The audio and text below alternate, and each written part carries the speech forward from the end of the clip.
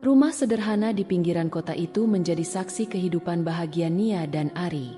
Rumah yang penuh tawa kecil Raisa, anak perempuan mereka yang baru berusia 5 tahun, seakan menjadi oase kecil yang damai di tengah kesibukan hidup. Nia, seorang ibu rumah tangga yang lembut dan penuh perhatian, selalu memastikan keluarganya merasa nyaman. Ari, seorang karyawan di sebuah perusahaan swasta, dikenal sebagai suami penyayang dan ayah yang bertanggung jawab. Namun, suasana damai itu mulai berubah ketika Reni, adik bungsu Nia, datang untuk tinggal sementara. Reni, seorang wanita muda yang cantik dan karismatik, memutuskan pindah ke kota karena mendapat pekerjaan baru. Nia, dengan senang hati, menawarkan rumah mereka sebagai tempat tinggal sementara sampai Reni menemukan tempat sendiri. Awalnya, semuanya berjalan baik. Reni adalah sosok ceria yang mudah akrab dengan siapa saja. Ia sering membantu Nia di dapur, menemani Raisa bermain, dan bahkan sesekali bercanda dengan Ari saat makan malam. Kehadirannya membuat rumah itu terasa lebih hidup. Namun, lambat laun, Nia mulai merasakan sesuatu yang aneh. Meskipun tidak ada bukti konkret, ada momen-momen kecil yang membuatnya tidak nyaman. Misalnya, pandangan Reni yang terkadang terasa terlalu lama saat menatap Ari, atau caranya tertawa pada lelucon Ari yang sebenarnya biasa saja. "Ah, mungkin aku hanya terlalu sensitif," pikir Nia, mencoba mengabaikan perasaan itu. Namun, perasaan itu semakin kuat saat suatu malam, Nia terbangun untuk mengambil air minum. Dari celah pintu ruang tamu, ia melihat Reni dan Ari berbicara dengan suara pelan. Wajah mereka tampak serius. Saat Nia masuk, mereka langsung terdiam. "Kalian ngobrol apa?" tanya Nia, mencoba terdengar santai. "Oh, cuma tentang pekerjaan Ari," jawab Reni cepat sambil tersenyum, tetapi matanya tidak benar-benar memandang Nia. Firasatnya berkata ada sesuatu yang tidak biasa, tetapi logikanya berusaha menyangkal. Di balik semua kegelisahan itu, Nia tetap berusaha menjaga keharmonisan keluarga.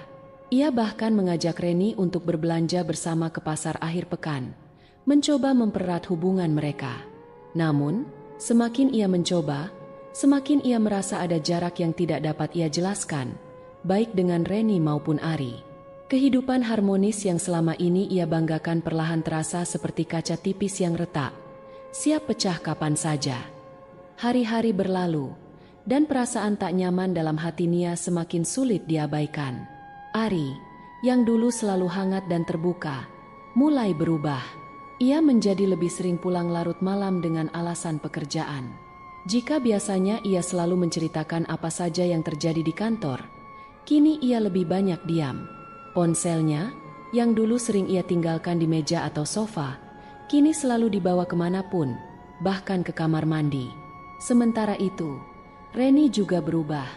Ia yang biasanya ceria dan ramah kini menjadi lebih pendiam, terutama saat berada di dekat Nia. Ada sesuatu dalam cara Reni berbicara, seperti menahan sesuatu, yang membuat Nia merasa ada jarak yang tak terlihat di antara mereka. Suatu malam, saat Ari sedang mandi, Nia memperhatikan ponselnya yang tergeletak di atas meja. Rasa ingin tahu yang selama ini ia tahan mulai menguasainya. Ia mengulurkan tangan untuk mengambil ponsel itu, tetapi rasa takut dan ragu menghentikannya. Ia menarik kembali tangannya, tetapi kegelisahan itu tetap menghantui. Di sisi lain, Reni juga menunjukkan gelagat yang membuat Nia semakin curiga. Misalnya, Reni yang tiba-tiba keluar dari kamar saat Ari pulang kerja, lalu berbicara singkat dengannya di teras. Atau, cara Reni sering menghindari kontak mata setiap kali Nia ada di ruangan yang sama. "Ren, ada apa? Kamu lagi banyak pikiran ya?" tanya Nia suatu malam, mencoba membuka percakapan. "Ah, enggak kok, Kak. Cuma lagi capek aja," jawab Reni singkat sambil memalingkan wajah, menutup percakapan sebelum sempat dimulai. Namun, malam itu, kegelisahan Nia mencapai puncaknya. Saat sedang memeriksa kamar Raisa sebelum tidur, ia mendengar suara langkah kaki dari dapur. Dengan hati-hati, Nia melangkah ke bawah. Ia menemukan Reni di dapur, berdiri menghadap jendela, berbicara di ponsel dengan suara pelan. "Ya, Aku juga nggak tahu sampai kapan harus begini, bisik Reni. Suaranya terdengar tegang. Nia berdiri diam di balik dinding. Hatinya berdebar kencang. Ia tidak bisa mendengar dengan jelas, tetapi intonasi suara Reni terdengar aneh, seperti seseorang yang menyembunyikan sesuatu. Ketika Nia memutuskan untuk mengungkap keberadaannya, Reni tiba-tiba menoleh, terkejut melihat kakaknya berdiri di sana. "Kamu lagi ngapain, Ren?"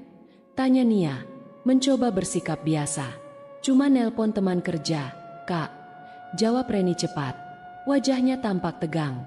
Malam itu, Nia sulit tidur.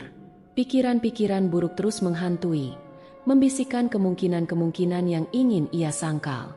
Namun, firasatnya mengatakan bahwa sesuatu yang besar sedang terjadi, sesuatu yang akan mengubah hidupnya selamanya. Rasa tak nyaman itu kini berubah menjadi ketakutan yang tak bisa ia abaikan.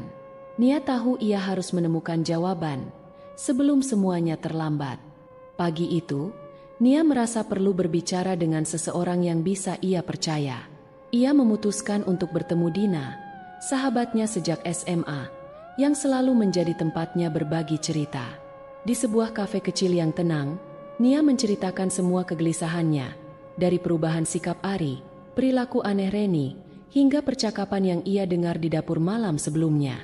Dina mendengarkan dengan seksama, sesekali mengangguk sambil menatap Nia dengan prihatin. "Nia, aku nggak mau bikin kamu tambah cemas, tapi kamu harus waspada. Kadang firasat seorang istri itu nggak salah," ujar Dina dengan nada hati-hati. "Tapi aku nggak punya bukti, Din. Aku cuma takut ini semua cuma pikiranku sendiri," balas Nia. Suaranya bergetar. Dina meraih tangan Nia. "Kalau kamu memang curiga, coba perhatikan mereka lebih dekat. Perhatikan gelagat mereka. Dan jangan ragu buat cari tahu lebih jauh." Kata-kata Dina membuat Nia merasa sedikit lebih kuat. Malam itu, ia memutuskan untuk memeriksa ponsel Ari saat suaminya tertidur. Nia tahu tindakan ini salah, tetapi rasa penasarannya sudah tidak tertahankan. Menunggu hingga Ari benar-benar terlelap, Nia dengan hati-hati mengambil ponsel suaminya yang tergeletak di meja samping tempat tidur.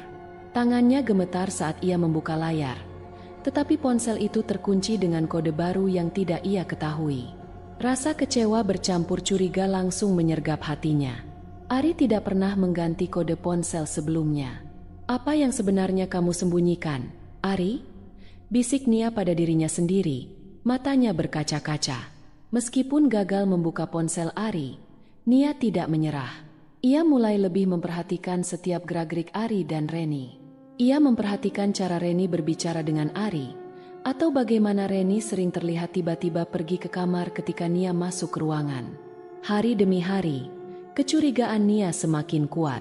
Hingga suatu malam, saat Ari sedang mandi, Nia kembali menemukan ponselnya tertinggal di meja ruang tamu.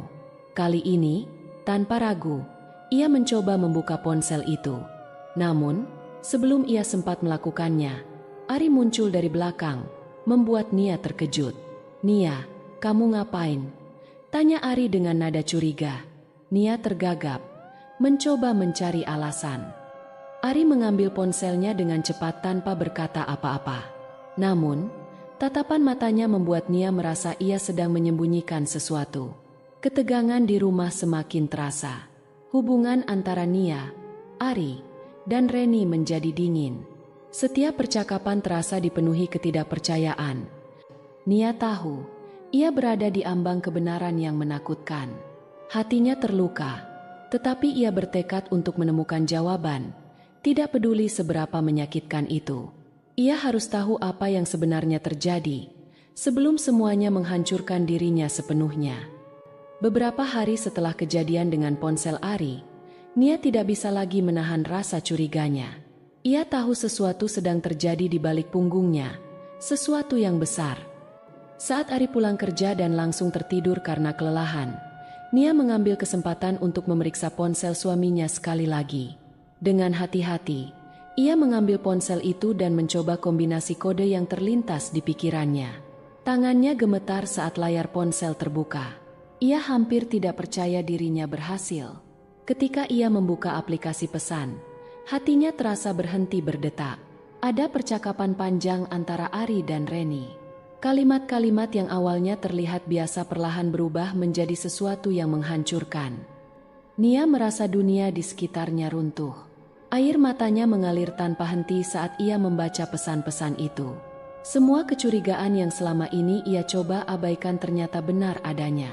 Suaminya, orang yang ia percayai lebih dari siapapun, telah mengkhianatinya, dan lebih buruk lagi, dengan adiknya sendiri. Nia menutup ponsel itu dan meletakkannya kembali di tempat semula. Ia merasa lemas, seolah seluruh tenaganya tersedot habis. Tetapi di tengah kesedihan itu, ada kemarahan yang perlahan membara. Pagi harinya, Nia memutuskan untuk mengonfrontasi Ari. Saat sarapan, ia menatap suaminya dengan dingin. "Ari, aku mau bicara," katanya tegas. Ari menoleh, sedikit terkejut dengan nada Nia yang tidak biasa. Nia mengeluarkan ponsel dari saku bajunya dan menunjukkan pesan-pesan itu. Wajah Ari seketika pucat. Ia berusaha menyangkal, tetapi kata-katanya terbata-bata. "Nia, itu nggak seperti yang kamu pikirkan." Namun, sebelum Ari sempat menyelesaikan kalimatnya, Reni yang mendengar keributan itu keluar dari kamarnya. Wajahnya juga berubah panik ketika melihat Nia memegang ponsel Ari. "Kalian gak perlu bohong lagi," kata Nia dengan suara gemetar. Alih-alih merasa bersalah, Reni malah menatap Nia dengan dingin. "Kalau kamu sudah tahu, kenapa masih tanya? Aku memang mencintai Ari, dan Ari mencintaiku." Kata-kata Reni seperti pisau yang menghujam hati Nia. Ia tidak bisa mempercayai apa yang ia dengar. "Bagaimana kamu bisa melakukan ini padaku?" teriak Nia. Air matanya mengalir deras. Namun, Reni tidak menunjukkan penyesalan sedikit pun. Ari mencoba menenangkan situasi, tetapi usahanya hanya membuat Nia semakin marah. Dengan tangan yang gemetar, ia memukul meja dan berkata, "Kalian akan menyesal. Kalian tidak tahu apa yang sudah kalian hancurkan." Hari itu, Nia merasa seluruh dunia yang ia kenal berubah menjadi puing-puing. Ia meninggalkan rumah, membawa Raisa, sambil mencoba menahan kepedihan yang terus menghantamnya. Namun di dalam hatinya, ia tahu ini belum berakhir. Ia berjanji pada dirinya sendiri, mereka akan membayar semuanya. Setelah pertengkaran itu, kehidupan Nia tidak lagi sama. Ia memutuskan untuk tinggal sementara di rumah ibunya bersama Raisa, mencoba mencari ketenangan di tengah luka yang masih menganga. Namun, takdir sepertinya enggan memberi Nia kesempatan untuk bernafas. Kesehatan ibunya, yang sudah mulai menurun beberapa bulan terakhir, tiba-tiba memburuk dengan cepat. Dokter mengatakan bahwa kondisi sang ibu dipicu oleh tekanan emosional yang berat, dan Nia tahu persis apa penyebabnya. Kejadian di rumah yang seharusnya menjadi tempat perlindungan kini justru membawa malapetaka bagi keluarganya. Hari-hari Nia diisi dengan merawat ibunya, berusaha tetap kuat demi Raisa yang belum memahami sepenuhnya apa yang terjadi. Namun di dalam dirinya, Nia merasa hancur. Setiap malam ia menangis diam-diam di kamar, menyalahkan dirinya sendiri atas semua yang terjadi. Tidak lama setelah itu, ibunya meninggal dunia. Kehilangan tersebut menjadi pukulan terakhir bagi Nia, seperti beban yang akhirnya membuat dirinya jatuh tak berdaya. Di pemakaman, ia berdiri di samping pusara ibunya dengan mata kosong, merasa seperti seorang diri melawan dunia. Namun, apa yang membuat luka Nia semakin dalam adalah sikap Reni. Ia datang ke pemakaman bersama Ari, berdiri tanpa rasa bersalah di depan semua orang. Mereka bahkan terlihat berdampingan, seolah tak peduli pada perasaan Nia atau pandangan keluarga besar yang menatap mereka dengan penuh tanya dan kecaman. Nia berusaha menahan emosinya, tetapi di dalam hatinya, amarah bercampur dendam membakar. Pandangan Reni yang dingin, nyaris sinis, seolah menjadi tamparan yang terus-menerus menghantui pikirannya. Setelah pemakaman, Reni menghampiri Nia yang sedang duduk di sebuah kursi di dekat pusara. "Ibu sudah tenang sekarang. Kamu juga harus berhenti menyalahkan aku," ucap Reni dengan nada tanpa emosi. Nia menoleh, menatap adiknya dengan mata penuh kebencian. "Kamu pikir aku akan memaafkanmu? Kamu menghancurkan semuanya." Reni hanya tersenyum kecil. yang hancur itu cuma di matamu. Reni pergi meninggalkan Nia, sementara Ari hanya berdiri di kejauhan, tampak bingung dan canggung, tidak berani menghampiri mantan istrinya. Nia merasa tidak ada yang tersisa untuknya. Kehilangan ibunya dan kehancuran keluarganya adalah luka yang terlalu besar untuk ia tanggung. Tetapi jauh di dalam dirinya, ada tekad yang perlahan tumbuh. Aku mungkin sudah kehilangan segalanya, pikir Nia sambil menatap langit yang mulai gelap. Tapi mereka belum tahu apa yang akan datang. Dan di sana, di tengah kuburan yang sepi, Nia bersumpah bahwa pengkhianatan ini tidak akan berakhir tanpa balasan. Sesuatu yang dalam, gelap, dan tak terhentikan mulai mengambil alih dirinya, mempersiapkan sebuah akhir yang tak akan pernah mereka lupakan. Setelah pemakaman ibunya, Nia memutuskan bahwa ia tidak bisa lagi tinggal di rumah kenangan itu. Setiap sudutnya mengingatkan pada masa lalu yang bahagia sebelum semuanya runtuh. Ia mengemasi barang-barangnya dan pindah ke sebuah rumah kontrakan kecil di pinggiran kota bersama Raisa. Rumah itu jauh dari kata ideal. Namun, bagi Nia, tempat ini adalah pelarian, tempat untuk memulai kembali, meskipun hatinya masih terluka. Beberapa minggu setelah kepindahannya, Nia resmi mengajukan gugatan cerai. Sidang berjalan cepat karena Ari tidak memberikan perlawanan. Ia tampak pasrah, seolah merasa bahwa keputusan Nia adalah hal yang tak terhindarkan. Perceraian itu menjadi titik akhir dari hubungan yang dulu Nia anggap abadi. Meskipun telah menjauh dari Ari dan Reni, Nia tidak merasa lega. Setiap malam, ia sering terbangun dari mimpi buruk, melihat wajah Reni yang penuh kesombongan dan Ari yang diam tak peduli. Di dalam mimpinya, ia terus-menerus mendengar suara bisikan yang tidak ia mengerti, tetapi selalu meninggalkan perasaan dingin di dadanya. Namun, Nia berusaha tetap tegar demi Raisa. Ia mencari pekerjaan paruh waktu untuk menghidupi mereka, berusaha menjalani hari-hari seperti biasa. Tetapi semakin ia mencoba melupakan semuanya, semakin ia merasa kehilangan kendali atas pikirannya sendiri. Raisa, meski masih kecil, mulai merasakan perubahan pada ibunya. "Mama sedih terus ya?" tanya Raisa suatu malam. Suaranya polos namun penuh kekhawatiran. Nia hanya tersenyum kecil, mencoba menutupi kesedihannya. Namun, di dalam hati, Nia tahu ia tidak baik-baik saja. Kesedihan bercampur rasa dendam perlahan menguasai dirinya. Ia mulai berbicara sendiri di malam hari, seolah berbicara dengan ibunya atau bahkan dengan dirinya yang lain. Hingga suatu malam, dalam kesendiriannya yang gelap, Nia memutuskan menulis sebuah pesan di secari kertas kecil. Dengan tinta merah, ia menulis kalimat yang terus terngiang di kepalanya. Pengkhianatan ini akan mendapat balasannya. Beberapa hari kemudian, Nia ditemukan meninggal dunia di rumah kontrakannya. Tubuhnya tergeletak di lantai kamar tidur. Wajahnya tenang seperti sedang tidur. Polisi menyimpulkan bahwa ia meninggal akibat tekanan emosional yang berat, mungkin diperburuk oleh kesehatan mentalnya yang menurun. Namun, pesan yang ditemukan di samping tubuhnya mengundang tanya. Kalimat itu, meskipun singkat, menyimpan ancaman yang dingin dan penuh misteri. Kematian Nia meninggalkan duka mendalam bagi mereka yang mengenalnya. Namun, bagi Ari dan Reni, perasaan mereka bercampur. Ada rasa lega karena mereka berpikir semuanya telah berakhir. Mereka tidak tahu bahwa kematian Nia hanyalah awal dari sesuatu yang jauh lebih gelap dan mencekam. Sesuatu yang perlahan bangkit dari kehancuran, membawa dendam yang tak akan terpadamkan. Beberapa hari setelah kematian Nia, suasana di rumah kontrakan tempatnya tinggal masih terasa mencekam. Para tetangga berbicara dalam bisik-bisik, membicarakan bagaimana Nia, yang dikenal sebagai ibu penyayang, meninggal secara mendadak. Namun, yang lebih mengundang perhatian adalah pesan singkat yang ditemukan di samping tubuhnya. Pengkhianatan ini akan mendapat balasannya. Ari dan Reni, yang kini tinggal bersama di rumah mereka, merasa lega bahwa semua drama dengan Nia akhirnya selesai. Tetapi di balik ketenangan itu, mereka tidak bisa sepenuhnya mengabaikan kegelisahan. Dia benar-benar menulis itu sebelum meninggal? Tanya Reni suatu malam, sambil duduk di sofa. Suaranya bergetar tipis meski ia berusaha terdengar santai. Ari mengangguk. Polisi bilang itu cuma pelampiasan emosional. Nia kan sedang tidak stabil belakangan ini.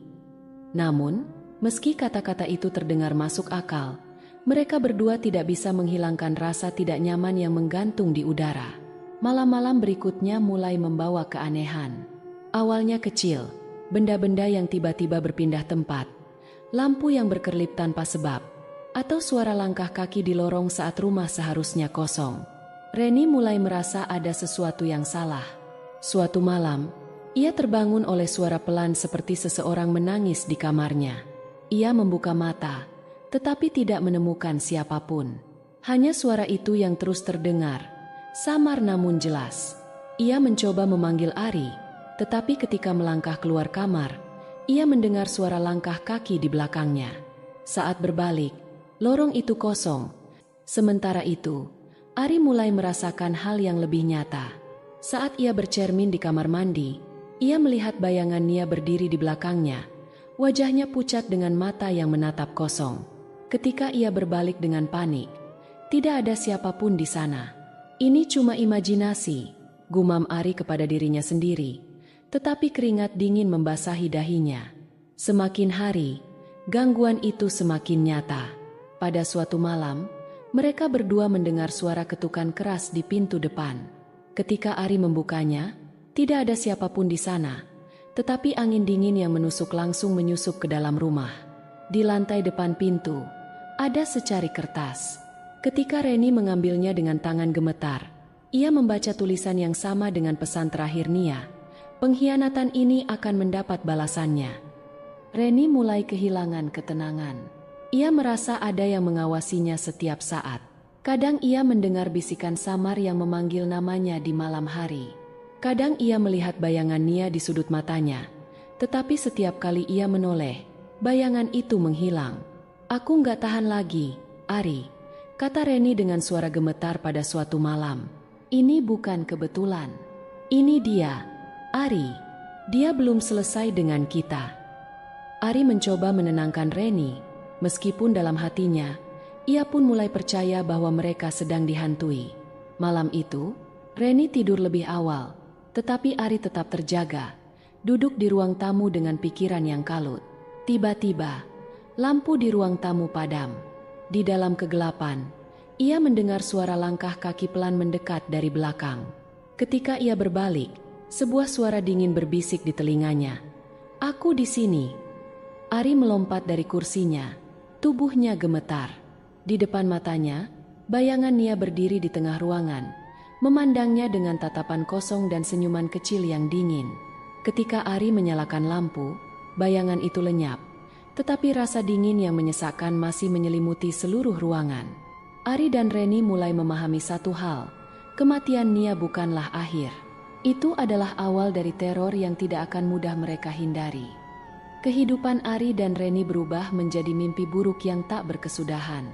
Kejadian aneh yang awalnya hanya berupa bisikan atau bayangan kini berubah menjadi teror nyata yang semakin sering mereka alami.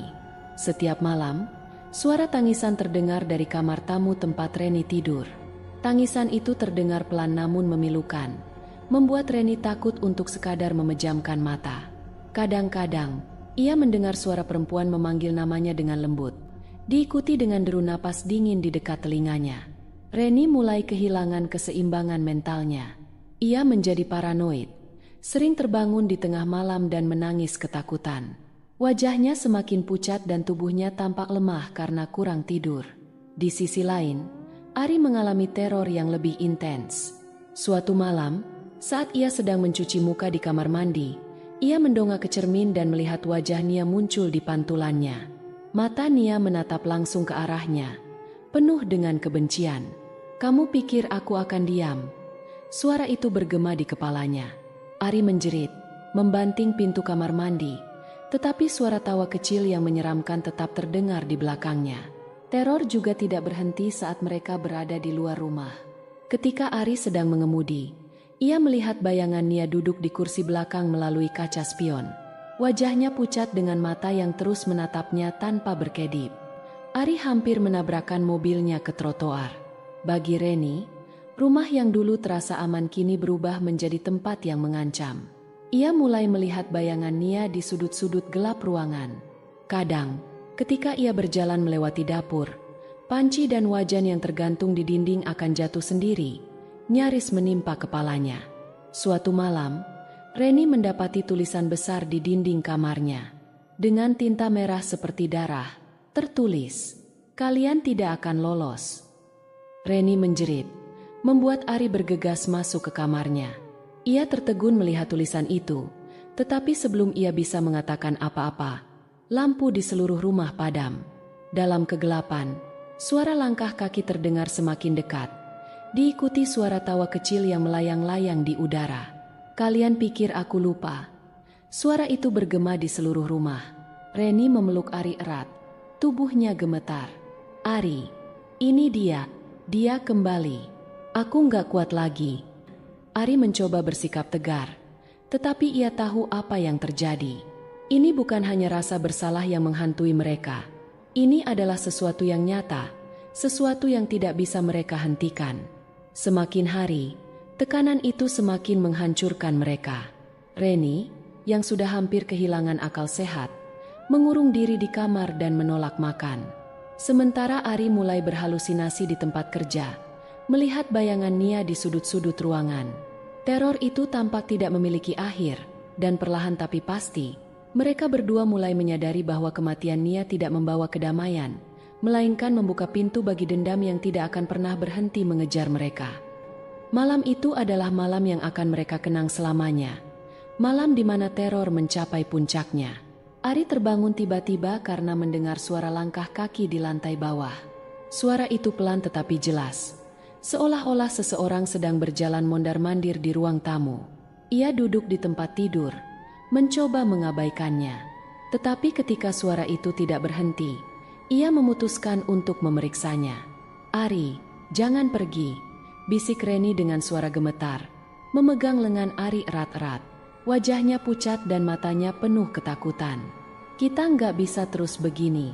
Aku harus lihat," jawab Ari dengan suara yang dipaksakan tegar.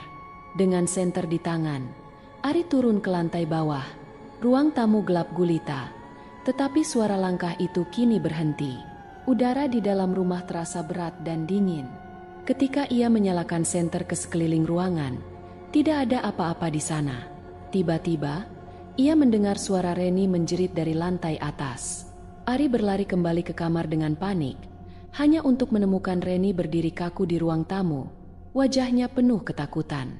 "Reni, apa yang kamu lakukan di sini?" Ia hanya menatap dinding di depannya. Ketika Ari mengikuti arah pandangan Reni, ia melihat tulisan besar di dinding yang terbuat dari cairan merah. "Semua ini adalah karma." Sebelum Ari bisa bereaksi, lampu di seluruh rumah padam. Gelap yang pekat menyelimuti mereka, hanya ditemani suara tawa menyeramkan yang menggema di setiap sudut ruangan. Tiba-tiba, mereka mendengar suara benda berat yang jatuh dari lantai atas.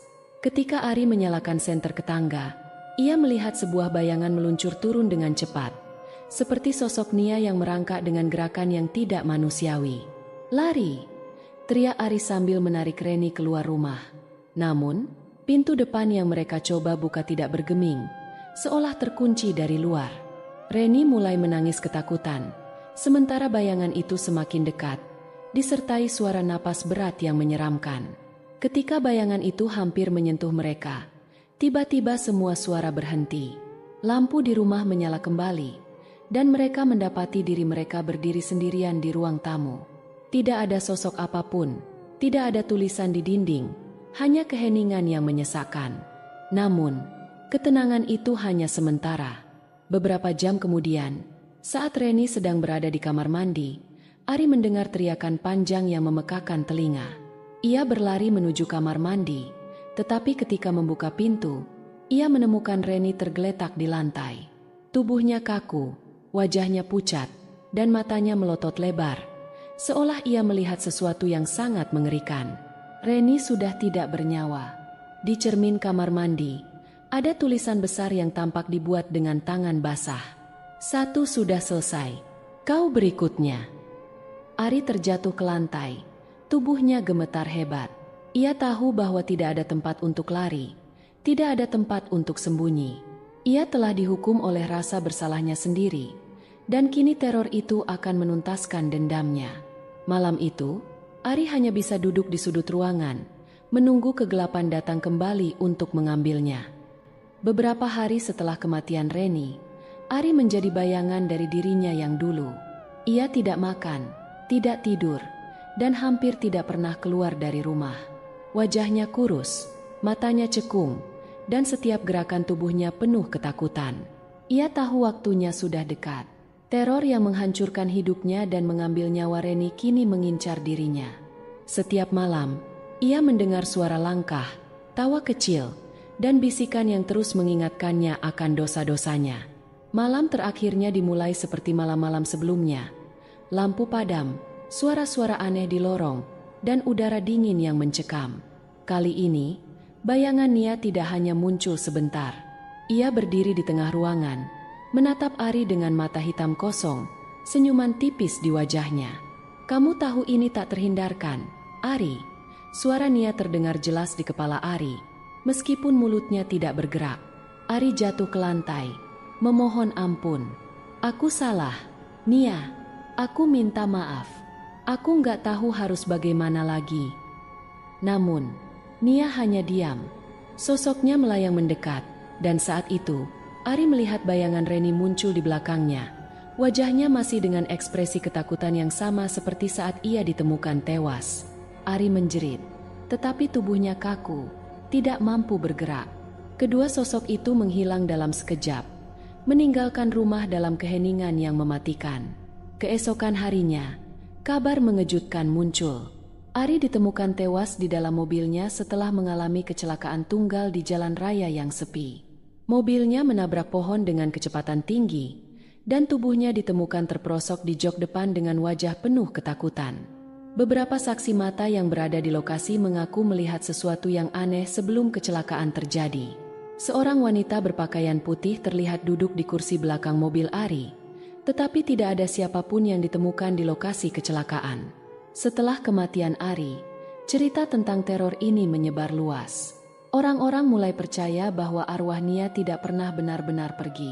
Ia ada untuk menghukum siapapun yang telah mengkhianatinya, membawa pesan bahwa setiap pengkhianatan akan berujung pada konsekuensi yang tak terhindarkan. Rumah tempat Ari dan Reni tinggal menjadi kosong, ditinggalkan dalam keadaan berantakan. Para tetangga mengatakan bahwa rumah itu kini dihantui. Terkadang, di malam hari, mereka mendengar suara langkah kaki, tawa kecil, atau bahkan tangisan dari dalam rumah yang gelap. Cerita berakhir dengan sebuah rumor yang menyebar di sekitar lingkungan. "Jangan pernah mengkhianati mereka yang mencintaimu, atau kau akan menjadi bagian dari dendam yang tidak akan pernah berakhir." Arwah Nia, dengan dendam yang tidak terpuaskan, terus mengintai mereka yang melakukan pengkhianatan serupa, menjadi legenda kelam yang mencekam. Kisah ini mengingatkan kita akan betapa besar dampak pengkhianatan terhadap orang-orang di sekitar kita. Nia, seorang wanita yang pernah hidup penuh kasih sayang dan pengorbanan, hancur oleh kepercayaan yang dirusak oleh orang-orang terdekatnya. Dalam kehancuran itu, lahirlah dendam yang melampaui batas antara hidup dan mati, membawa teror yang tidak hanya menghantui pelaku, tetapi juga meninggalkan jejak horor yang mencekam. Pesan tersirat dari cerita ini adalah bahwa setiap tindakan memiliki konsekuensinya. Kepercayaan yang dilanggar tidak hanya menghancurkan hubungan, tetapi juga dapat menimbulkan luka yang sulit sembuh, bahkan setelah nyawa terenggut. Dalam hidup, penting untuk menghargai kepercayaan dan kasih sayang yang diberikan oleh orang lain. Karena sekali dikhianati, konsekuensinya mungkin lebih besar daripada yang pernah kita bayangkan. Dan bagi mereka yang memilih jalan pengkhianatan, ingatlah satu hal, tidak semua luka bisa sembuh, dan tidak semua jiwa yang hancur bisa beristirahat dengan tenang. Sebagian dari mereka akan kembali, membawa pesan yang tidak akan pernah terlupakan. Hati-hati dengan pilihanmu, karena karma selalu tahu jalannya.